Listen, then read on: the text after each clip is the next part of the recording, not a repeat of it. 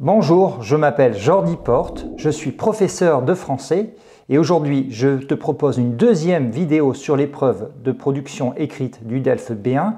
On va voir précisément l'un des trois sujets sur lesquels tu peux tomber lors du DELF B1, à savoir la lettre ou le courriel. Cette vidéo va se dérouler en trois parties, en trois étapes. Dans la première étape, je vais te montrer un exemple de consigne. C'est une consigne directement inspirée des examens du DELF B1 et je te montrerai comment bien analyser la consigne. Dans la deuxième étape, je te parlerai du schéma de communication, comment retrouver le schéma de communication. Et dans l'étape numéro 3, je te montrerai comment construire un plan cohérent. Et reste avec nous jusqu'au bout parce que dans la dernière partie, je te montrerai l'exemple d'une copie parfaite. Vraiment la copie qui a obtenu 24 ou 25 à l'examen du DELF. Et je te donnerai tous les bons conseils pour que toi aussi, tu obtiennes une super note à l'examen du DELF B1. Alors, souviens-toi ce que je t'ai expliqué lors de la vidéo précédente. Pour l'épreuve écrite du DELF B1, tu vas avoir 45 minutes. Et je t'ai conseillé d'utiliser les 10 premières minutes, non pas pour commencer à écrire, mais pour bien lire la consigne, retrouver le schéma de communication et élaborer un plan. C'est ce qu'on va voir tout de suite. Alors, commençons par analyser la consigne. La consigne est la suivante. Vous recevez ce courriel de Laura. Objet, départ pour Sydney. Salut, comment tu vas? Mon université me propose de quitter Toulouse pour un projet à Sydney. Je ne connais pas du tout l'Australie et surtout je ne parle pas la langue. J'ai peur de ne pas pouvoir m'adapter à une culture qui est différente de la mienne. Si j'accepte, je dois rester 2 ans là-bas. Ma famille et mes amis risquent de beaucoup me manquer. Dis-moi ce que tu en penses. Réponds-moi vite, je dois envoyer ma réponse cette semaine. Je t'embrasse, Laura. Donc la consigne est la suivante. Vous répondez à Laura. Vous lui donnez votre opinion en vous appuyant sur votre expérience. Donc la première chose importante à identifier, c'est que Laura nous a envoyé un courriel électronique, et il va falloir lui répondre également avec un courrier électronique. D'accord? Ça, c'est la première chose à repérer. Ensuite, on remarque que dans la consigne, on nous demande de raconter une expérience. D'accord? Donc, il va falloir raconter une expérience qu'on a vécue, ou il va falloir imaginer une expérience similaire à celle de Laura. Et enfin, il va falloir lui donner notre opinion. Alors, ce qui est très important, c'est de bien respecter la consigne et de respecter toute la consigne.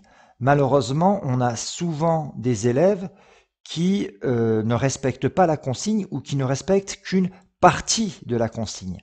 Là, qu'est-ce qu'on nous demande? On nous demande, premièrement, d'envoyer un courriel. Donc, ça doit prendre la forme d'un courriel électronique. Deuxièmement, on nous demande de parler de notre expérience et de donner des opinions. Et souvent, on va avoir des élèves qui vont uniquement donner leur opinion ou qui vont parler uniquement de leur expérience. D'accord? Et du coup, ils vont perdre facilement 2, 3, 4 points parce qu'ils n'ont pas respecté la consigne. C'est vraiment dommage, surtout quand on a le niveau de langue. Rappelle-toi que la première chose que tu dois faire, une fois que la consigne est lue, c'est de retrouver le schéma de communication et que ceci doit être fait de façon très rapide, je dirais entre 1 minute et 30 secondes grand maximum. Donc le schéma de communication, ici, quel est-il? Qui écrit? C'est moi et j'ai la position d'un ami ou d'une amie. À qui j'écris? J'écris à Laura, qui est une amie française. Comment?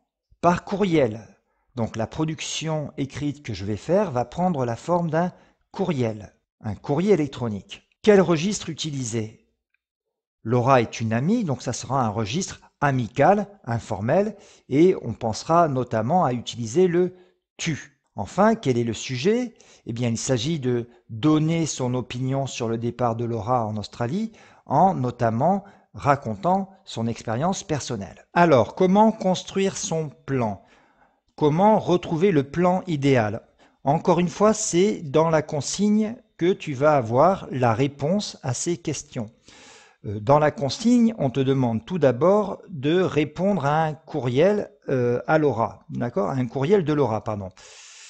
Voilà, on te demande également de raconter ton expérience, de parler de ton expérience, puis de donner ton opinion, de donner des conseils à Laura. Donc ces trois éléments-là, on va les retrouver dans le plan. C'est un courriel, ça veut dire qu'on va avoir en tête une formule de salutation du style « Salut Laura » et une formule de prise de congé en pied de page avec un petit message du style « Bisous, à bientôt ». Un premier paragraphe dans lequel je vais parler de mes expériences et enfin un deuxième paragraphe où je vais donner des conseils à Laura. Dans le premier paragraphe, puisque je vais donner une expérience, je m'attends à retrouver des faits avec des passés composés, des événements que j'ai vécus et également des sentiments.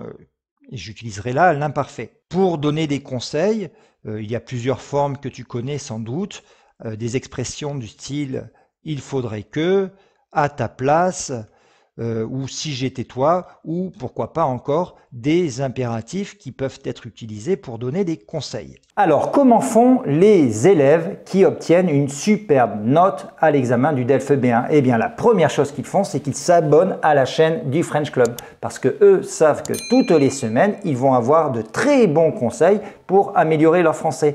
Donc, la première chose que tu peux faire, si tu ne l'as pas déjà fait, c'est de t'abonner à ma chaîne.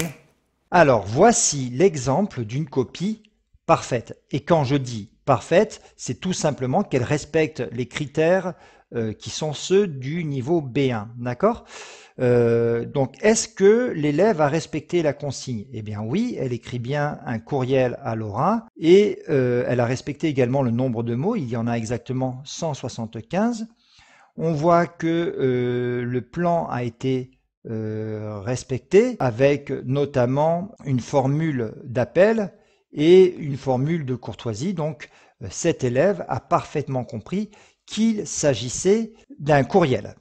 Et tu retrouves dans cette copie également les différentes parties du plan qu'on avait élaboré ensemble. Premièrement, cet élève nous parle bien de son expérience. D'accord? Je comprends que tu sois anxieuse, tu sais, j'ai vécu la même chose que toi. Hein. Puis, alors, dans un deuxième paragraphe, en fait, elle explique un petit peu comment est sa vie maintenant et pourquoi cette expérience finalement est positive. Donc ça, c'est très bien.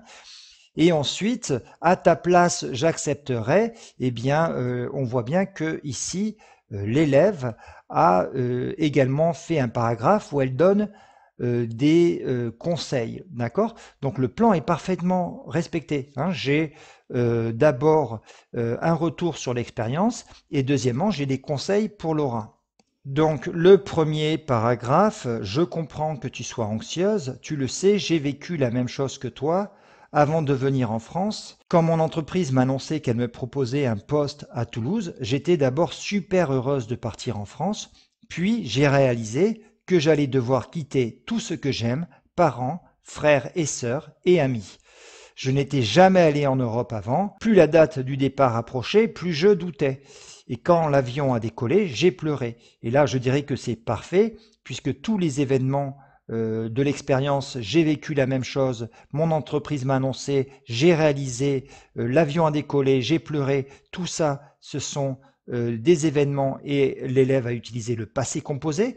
Pour l'expression des sentiments, l'élève a bien utilisé l'imparfait. Hein. J'étais d'abord super heureuse, j'allais devoir quitter tout ce que j'aime, et plus la date du départ approchait, plus je doutais. Ce sont des imparfaits, donc c'est très bien. L'élève s'est même permis de rajouter un plus que parfait. Je n'étais jamais allé en Europe avant.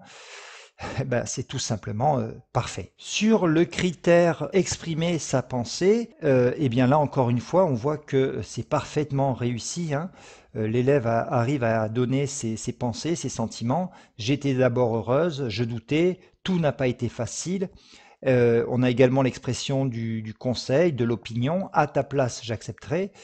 Là aussi, le critère est complètement rempli. Concernant le critère cohérence et cohésion, qui, je te le rappelle, est sur 3 points, eh bien là aussi, alors la chose la plus importante, c'est le plan. Et je te l'ai déjà montré, le plan est parfaitement respecté, il est vraiment cohérent. Et en plus, l'élève s'est permis de rajouter des connecteurs de, par exemple, de chronologie, comme puis, des marqueurs temporels comme maintenant et dans 2 ans. Et tout cela donne une certaine cohérence à cette production écrite, donc c'est vraiment très très bien. Pour le vocabulaire, c'est vraiment très bien aussi. L'élève utilise des mots comme anxieuse, comme décoller, comme accueillant, convaincre. C'est quand même un vocabulaire assez précis pour quelqu'un qui a un niveau B1. Donc là aussi, c'est parfait. En ce qui concerne la construction des phrases maintenant, donc on voit que cet élève est capable de faire des phrases sujet, verbe, complément, c'est bien, mais elle est aussi capable de faire, par exemple, là je te l'ai mis en jaune, une phrase au discours indirect. Et qu'est-ce que va regarder le correcteur au moment de corriger ta copie? Eh bien, il va regarder si tu es capable de faire des phrases simples, mais également des phrases un peu plus complexes, avec du discours indirect, des phrases à la forme passive, ou pourquoi pas des phrases reliées avec les pronoms relatifs qui, que, ou. Alors souviens-toi également qu'il y a un critère sur le choix des temps, sur le choix des modes. Est-ce qu'elle a choisi les bons temps pour s'exprimer? Et là aussi, c'est parfait. Je ne vais pas revenir sur l'imparfait passé composé parce que je t'ai déjà montré que cet élève maîtrisait bien les temps du passé imparfait, passé composé et plus que parfait. Mais tu vois que aussi elle est capable d'utiliser des subjonctifs avec je comprends que tu sois, il faudra que je t'envoie, et des conditionnels que je t'ai mis en orange, à ta place j'accepterai. Il n'y en a pas beaucoup, hein, il y en a juste 2 ou 3, mais c'est vraiment suffisant. Ça ne sert à rien d'en mettre beaucoup. Il vaut mieux utiliser 2 ou 3 formes bien utilisées que d'en mettre 50, mais qui seraient mal utilisées. Voilà. Pour la partie orthographe, voilà, je vais pas trop revenir dessus. Bon là c'est parfait parce que la copie a été corrigée, mais en plus il y avait très peu d'erreurs, très peu de fautes d'orthographe. Donc là on est vraiment sur une copie qui a 25 sur 25. Voilà, cette vidéo sur la rédaction d'une lettre ou d'un courriel pour le DELF B1 est terminée.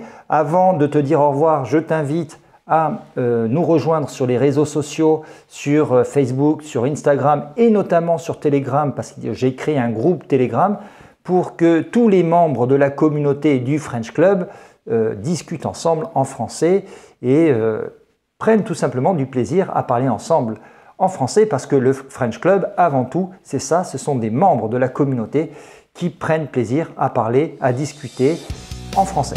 À bientôt. Au revoir les French Clubbers.